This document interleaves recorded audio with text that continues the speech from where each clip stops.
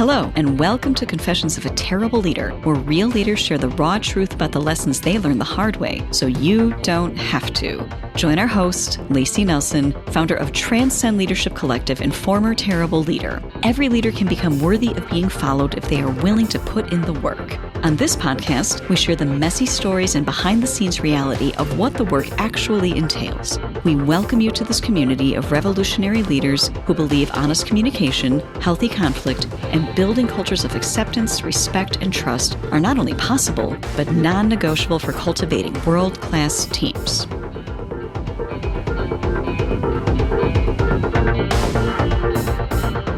Hello, listeners, and welcome back to Confessions of a Terrible Leader. I'm your host and former terrible leader, Lacey Nelson.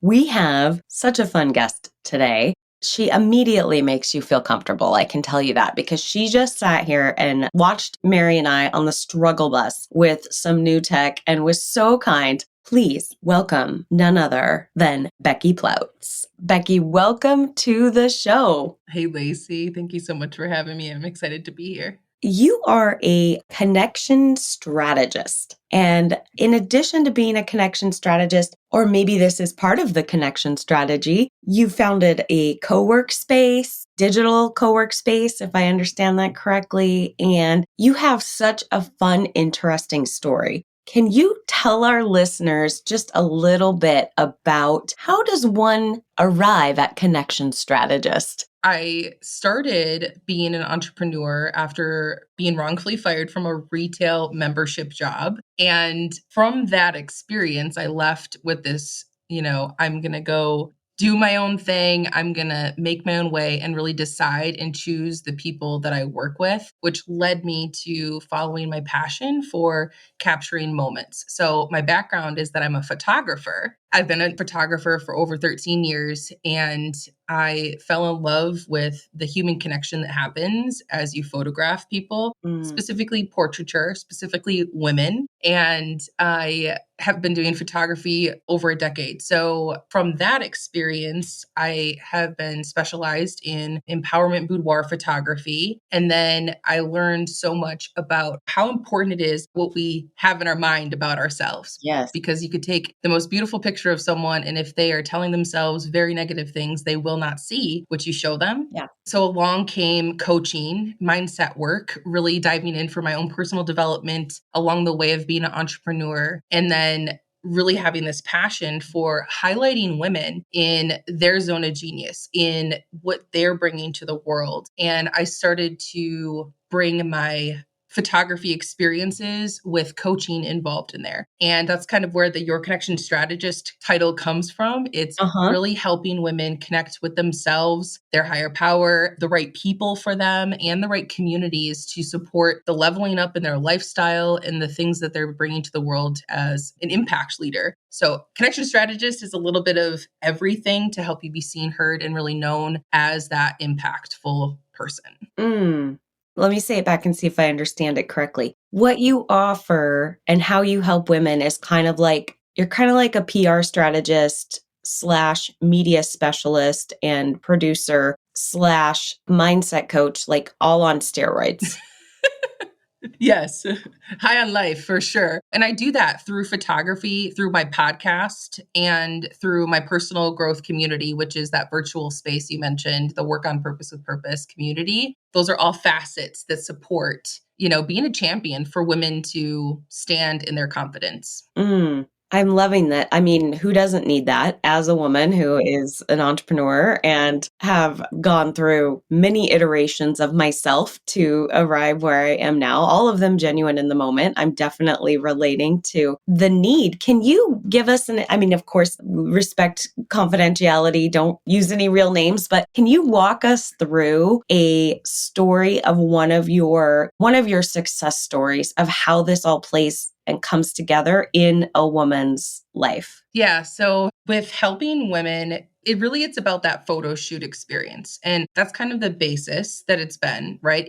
We know we want to document a milestone in our life. We know there's times where it was really hard and we need to celebrate getting through it. Then there's a flip side where, a woman might go, I really could use this to propel me into the future at the next level. So there's a dynamic, right? And specifically, one of my clients, she is a woman that has her own business. She really has been working on her personal development and was ready to go to the next level. And she knew that seeing herself in this totally different way, which specifically was a boudoir experience, but not all my clients are specifically about boudoir. It can be about branding. For her, it was really getting to actually see herself this way, because she would always have her family and friends, her clients saying these really amazing things about her, and she wasn't accepting them. So that's where the mindset work was really coming into play. We did some sessions leading up to the photo shoot experience to make sure that she was ready to receive herself as this woman that everyone around her saw, but she was not seeing it clearly yet. So we worked on that and then had the photo shoot, did the podcast interview with her, all of these things. And it really is that transition of them seeing themselves more clearly and getting this new perspective that really helps them move forward. And it's not just in the moment, it's an opportunity to look back and relive it, right? To relive it. That's what the photos do and help them anchor in, even being really scared to do the photo shoot itself, right? Yeah. The opportunity to just see yourself is such a vulnerable thing to any kind of photos. Yeah, I get nervous to do just a branding update photo shoot. Right. I'm like, oh. Yeah. Yeah. So that perspective shift is really important, whether it's making it through something or getting ready to, really propel yourself forward. That's the opportunity. It's really different for every client in that respect, which I love because I love that it's not the same. Right. It's always a different journey. Right.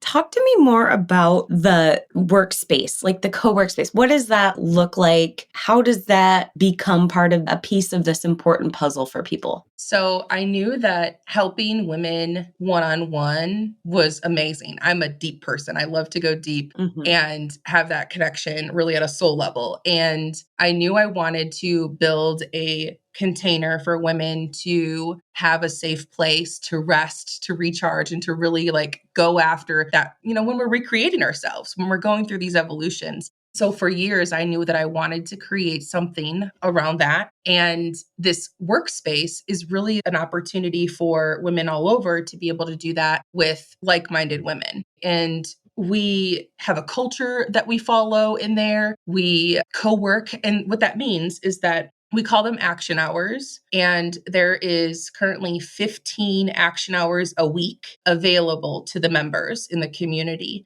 I don't do all of these hours. I have leaders that support these spaces with me. And what it looks like is you're in community for the first and last 10 minutes, doing celebrations, setting an intention of what you want to focus on. So it's called work on purpose, but you don't actually have to sit at your desk and do work. It can be self-care for those 40 minutes to go for a walk, cutting up vegetables, doing a meditation, but speaking life to the intentions that you're holding for yourself, and then having a community base or at least one other person, right? To hear you say, this is what I'm going for and I'm doing it now, being present in the moment and taking that action. And we hold the space for you in the community. And then those last 10 minutes in community again is to mastermind and have space for you to, celebrate your progress or talk about if there was a challenge that came up for you. So that's the basis of it. There are level up opportunities where we stay in community for the 40 minutes to support each other. But the action hours every week is the workspace. How valuable, especially for anyone, but I can imagine if you're a woman who's working largely remotely and are missing that camaraderie of a team, or you're a solopreneur and you need that extra connection, that touch point with other women that get the journey that you're on. Wow, what an opportunity. How did you get to this point of the action hours being something that was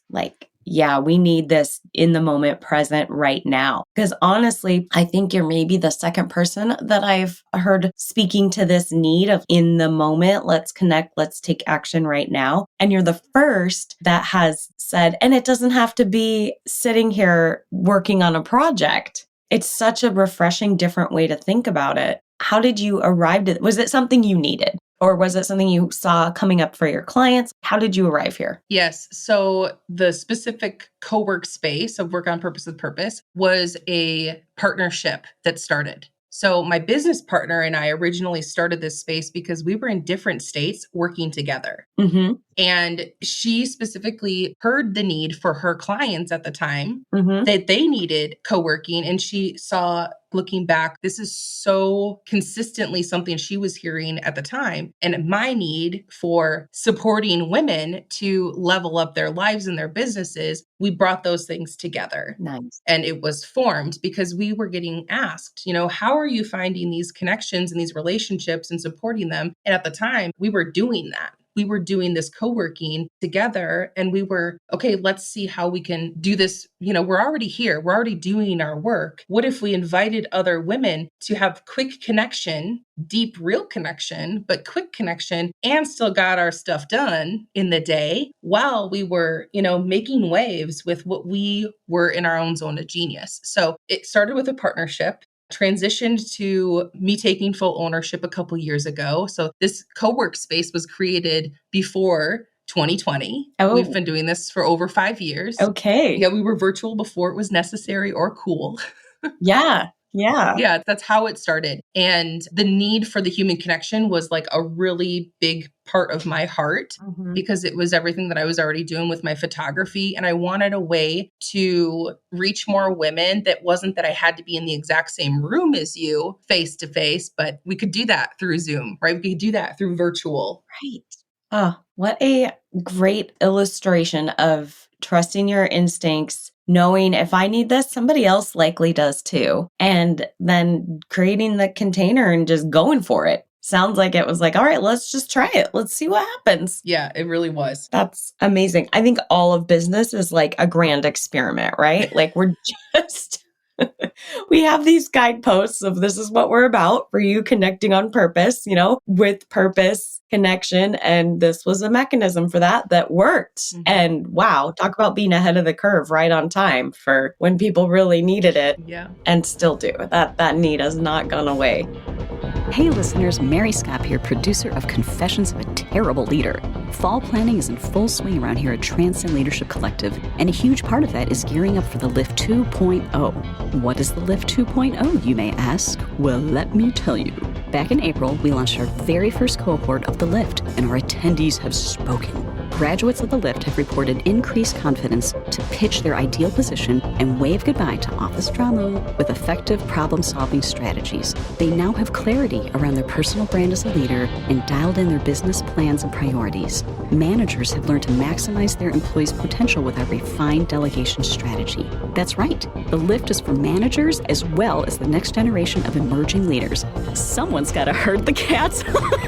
Anyway, let's elevate your career to new heights together. Head over to transcendleadershipcollective.com/the Lift waitlist to reserve your spot for our next launch of the Lift in September. The Lift, because it's way easier than hiking yourself up to the top.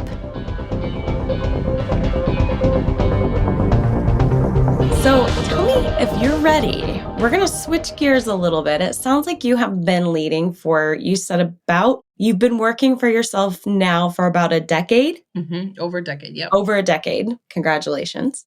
And you've had a co-owner and then you ended up being the sole owner. And it sounds like you have leaders that you have within your groups. And so definitely in a position of needing to cast that vision, help people come alongside you, be an excellent communicator, all of those tenets of leadership. So with that, I want to invite you to step into the confessional and share what is a time you did not get it right that was really impactful and has shaped the way that you lead today. This is my favorite part. I just love hearing you say, step into the confessional. Here we go.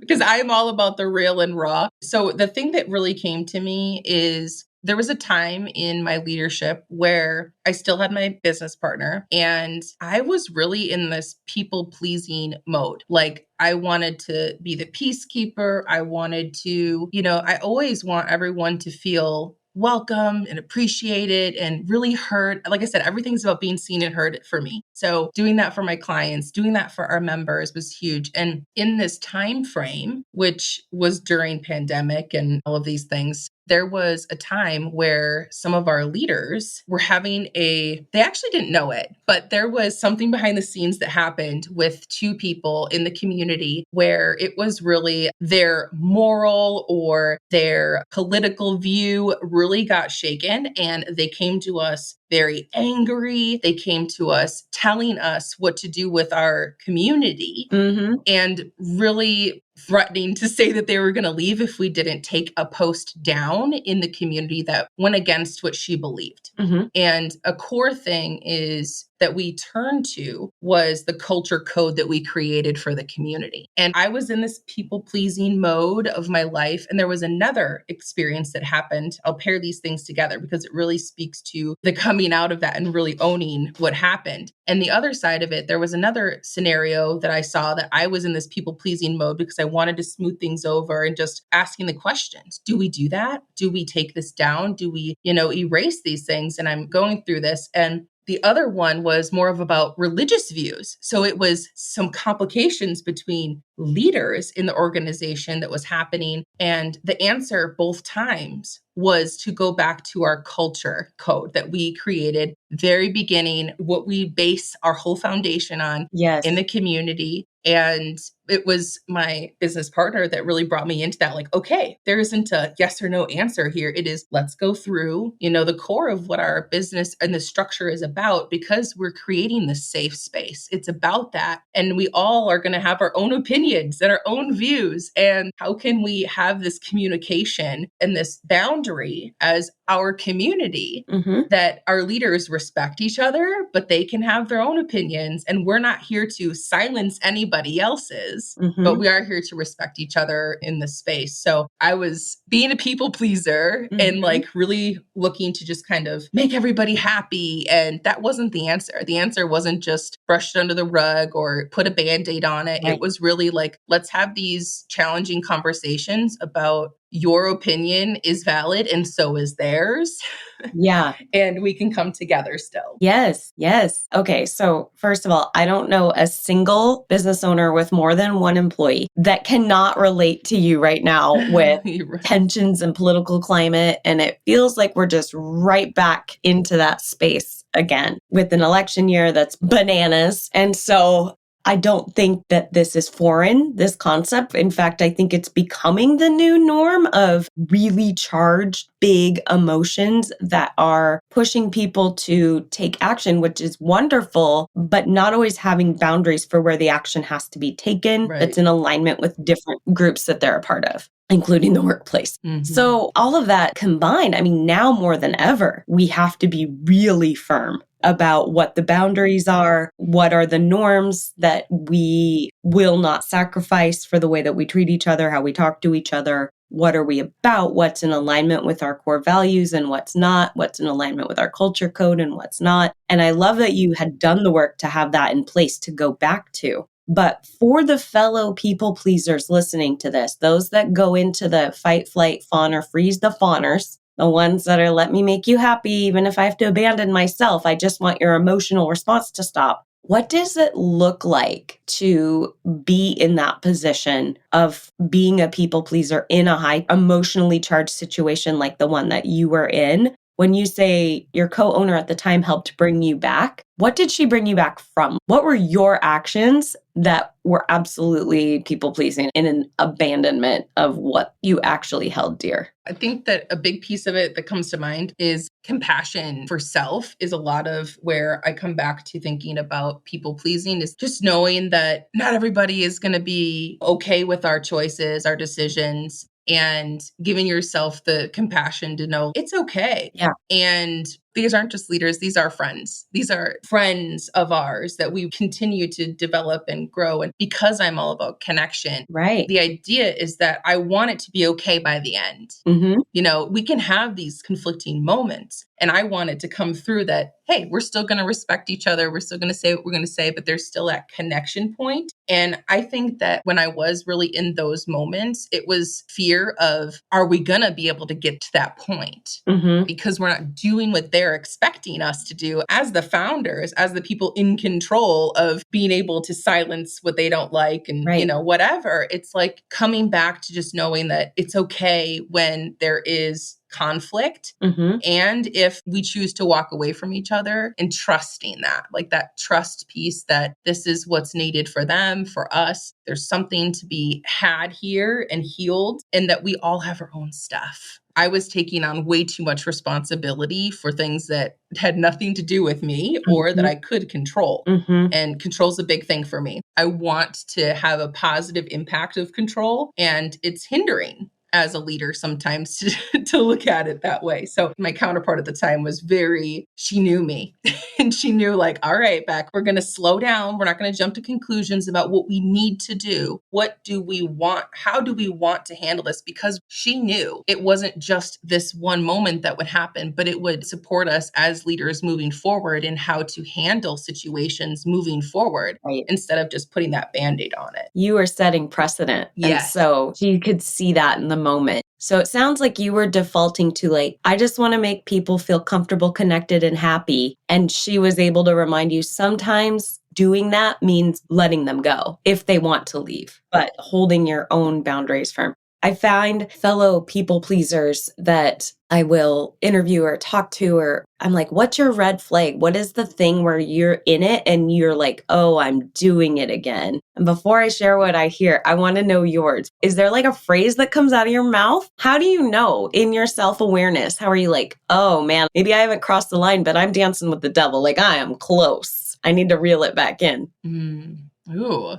A certain phrase. I'm like, what is that? That's a good question. And it doesn't necessarily have to be a phrase. It can be like I heard you say, where it can start for you is taking on a responsibility that's not yours to take, of making sure that people's emotions that you're somehow responsible for their emotional response to a stimulus, whatever that stimulus is. And when you feel a level of responsibility for that, that's beyond what you can do. And then you have to start twisting yourself into pretzels, curvy pretzels, emotional pretzels to try to make it okay for them. It's that, oh man, I'm feeling like I have to fix their emotional state and make it better instead of I need to provide extreme clarity and kindness and compassion, but I'm not responsible beyond what happens here for their emotional okayness. Is that accurate? Oh, yeah. You're a good listener. Thank you. I often say I'm a professional listener. There you go. So it's that for a flag of like, oof, I have stories of my own that listeners to this podcast have heard before about where I have definitely made it my responsibility to make someone else okay. Fawning is not my primary response, but I will go there at times and definitely can relate to that need to make them feel okay. And somehow it's my response, even as far as feeling responsible for not letting them sit in the weight of the natural consequence of their emotion. Like they just flew off the handle because they didn't agree with something that happened. And now they're really sad and regretful. And it's my job to make them feel okay about it. Like, no. So for me, it's, I can trace it back in myself to patterns and hello, eldest daughter, adult child of an alcoholic. There's some patterning there. Thank you, therapy and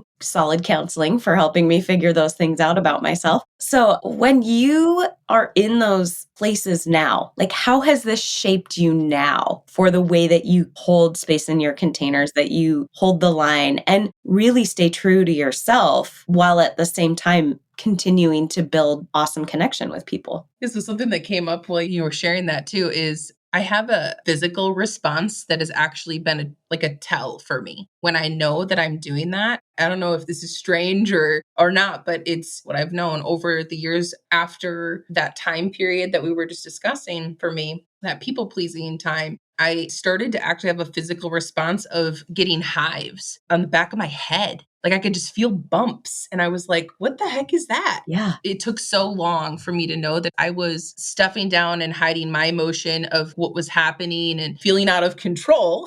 Yeah. And my body was pushing hives on me. Now, they didn't stay long. It would go, it would be fleeting. Yeah. And it wasn't like you could see them. It was literally underneath my hair. No one would know. Yeah. But it was my body telling me Yeah. that I was not being true to myself and what was needing to come out, right? That was a trigger and a warning for me to know, like, okay, pay attention to what's happening because I'm not paying attention. And then, I found ways to ground myself to just come back to the moment. And again, it goes back to what we talked about, being present. It really is about the power in the moment to make a new choice. So if that wasn't serving me, whatever that was, how can I make a new choice to now serve me and support me? And one of those things is definitely getting outside and putting my feet on the ground.